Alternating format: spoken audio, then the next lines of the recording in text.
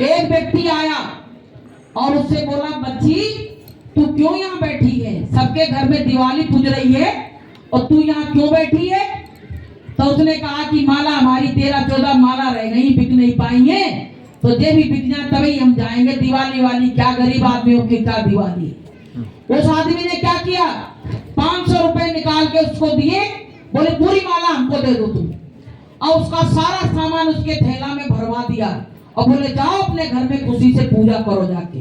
अब बताइए वो कौन था? आज के समय में ऐसे दयालु लोग कोई हैं जो 12 माला के 500 रुपए दे जाएं और सामान भी भरवा दें और कहें घर जाओ? कोई है?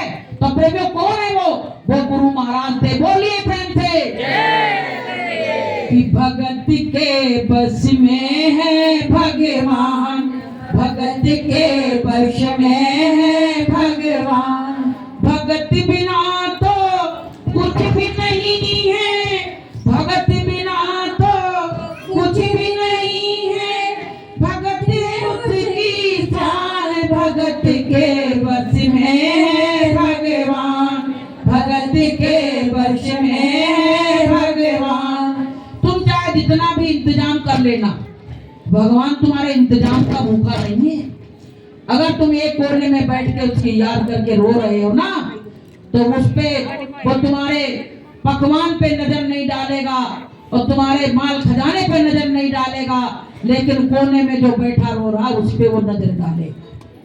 वो भगवान ऐसा है। तो प्रेमियों, हमारे अंदर भाव की कमी है और इसलिए हमको परमात्मा नहीं मिल रहा है।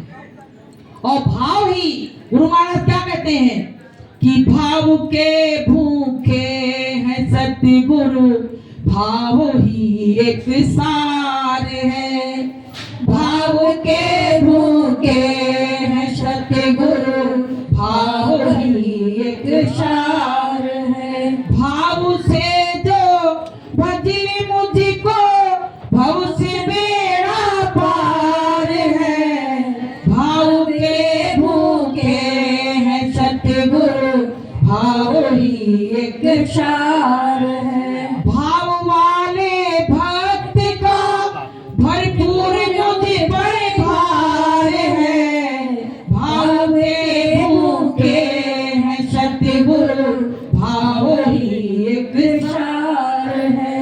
तो कहते हैं भाव वाले भक्त का मुझ पे इतना बड़ा भाव हो जाता है कि हम उसको उतार नहीं सकते, कि प्रेमी के मैं कर बिकूं और यही मेरा वसूल, और 4 मुक्ति दूं ब्याज में और दे न सकूं उसका मोल। बताइए, भगवान कह रहा है मैं प्रेमी के हाथ में बिक जाता हूं। बताइए, भगवान भक्त के हाथों से बिक जाता है। तो प्रेमियों, हमको सबको अपने मन में बस भाव अच्छा लाओ। जब तक तुम्हारी भावना, हमारी भावना अच्छी हो जाएगी, उसी दिन परमात्मा का मिलना आसान हो जाएगा। अभी तो बहुत कठिन डगर है। कहते हैं जो संत मत की राह पे चलता है ना, वो बहुत बड़ा सूरमा है, वीर है, लेकिन उसकी राह सही होनी चाहिए। सत्संगी लोग भी बीच में गड़बड़ कर देते हैं। नहीं, राह से भटको नहीं, राह क्लियर है, बिल्कुल मंजिल आसान है, मिलेगी, भरोसा रखो। लेकिन अगर भरोसा नहीं रखा तो राह मिलने वाली नहीं है। यही भूल भुलैया में, यहाँ चंदनगर का रास्ता अगर एरो ना बने होते तो कोई आ पाता? तो भाई एरो बन गए तो राह सड़क रोटी की नहीं हो गई। ऐसे गुरु महाराज ने सत्य लोग की राह बता दी है। अगर हम उस रास्ते पे चलेंगे तो एक ना एक दिन हमको मंजिल जरूर मिल जाएगी। बोलिए प्रेम से।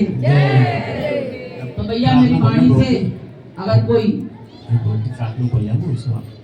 अच्छा वो